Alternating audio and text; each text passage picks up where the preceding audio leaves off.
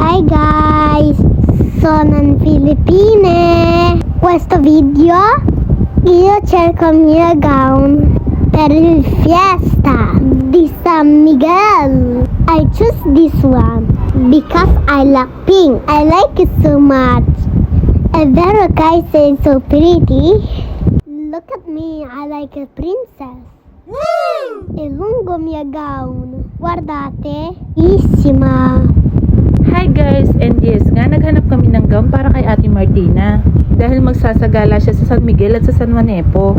Kumuha na nga din ako nung sa San Juanepo kahit malayo-layo pa, sinabay ko na. At yan nga yung susuotin niya. At syempre tinakpan ko muna guys para surprise. At araw na nga ng fiesta sa San Miguel. May 8, ito nga ay umaga guys. Tinawag ko nga si Ate Martina guys para ma-experience niya to kamukha nung bata kami. Yung may mga sisiw na sinasakal tuwing fiesta. Tapos meron ding bunutan, may isda at mga laruan. Ayan nga yung sisiw ni Martina guys, namatay dahil binanasan. Ang daming panas sa Philippines. Binigyan kasi namin siya ng kanin, hindi namin natanggal guys. Kaya ayun, pumunta yung mga langgam. Kawawang chicken, hindi namatay sa sakal, namatay sa langgam.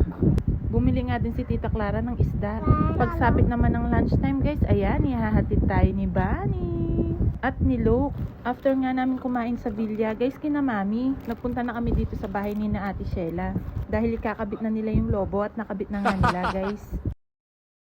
Ayun nga pala si Shay Shay, si Primo na super cutie pie.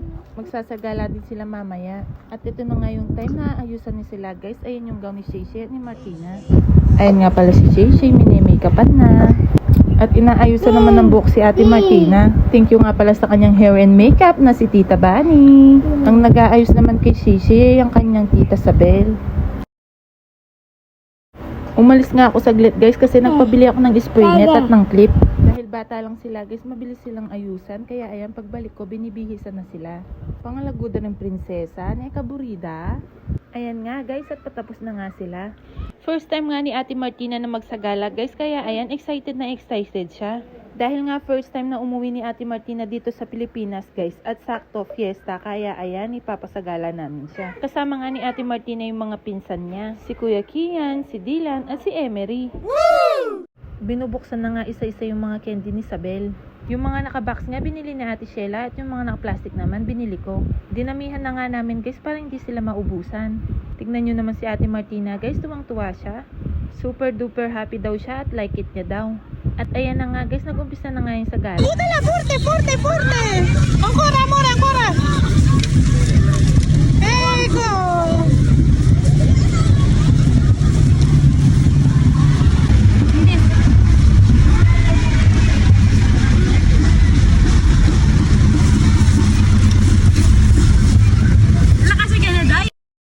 Ayan nga yung mga nasa harapan namin guys, nandyan si Ana, Pokemon at saka yung Paw Patrol.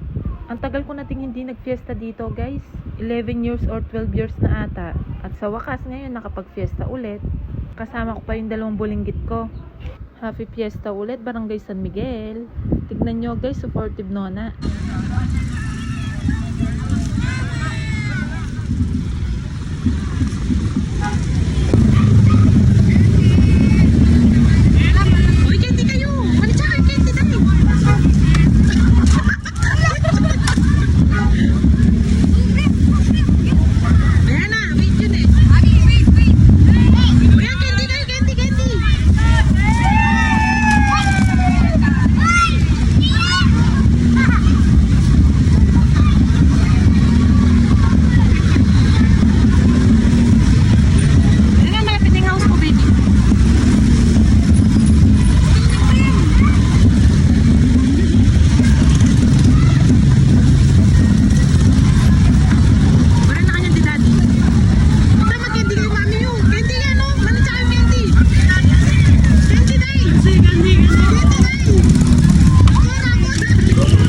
Ayan naman ang supportive daddy.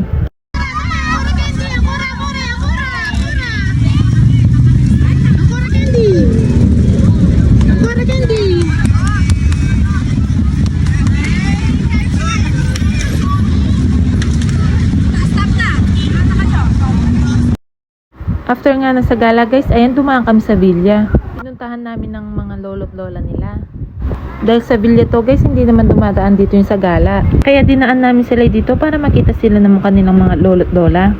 Thank you guys for watching. God bless. Bye!